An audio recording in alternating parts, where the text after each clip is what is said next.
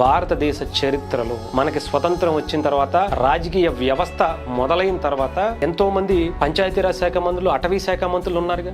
ఎవరూ చేయలేంది పవన్ కళ్యాణ్ గారు 77 సంవత్సరాల తర్వాత వచ్చినటువంటి ఒక మంత్రి పదవిని తీసుకుని ఇప్పటి వరకు ఎవ్వరూ చేయలేనటువంటి పనులు జస్ట్ 23 నెలల్లోనే చేశారు.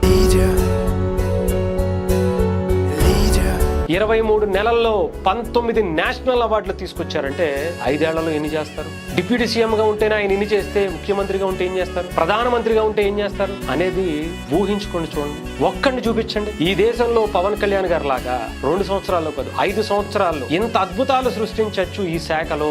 ఒక్క పేరు చెప్పండి. అసలు నేను చెప్తున్నాను కదా, మేము ప్రౌడ్ గా ఫీల్ అవుతున్నాం పవన్ కళ్యాణ్ గారి గురించి మాట్లాడటానికి. ఇప్పటి వరకు గ్రామ స్వరాజ్యం అనేటువంటి పెద్ద పెద్ద స్లోగన్స్ ఇస్తా ఉంటారు, మాటలు పెద్ద పెద్దగా మాట్లాడతారు, బట్ ఆచరణలో పెట్టేవాళ్ళు మాత్రం ఒక్క పవన్ కళ్యాణ్ లాంటి వ్యక్తే.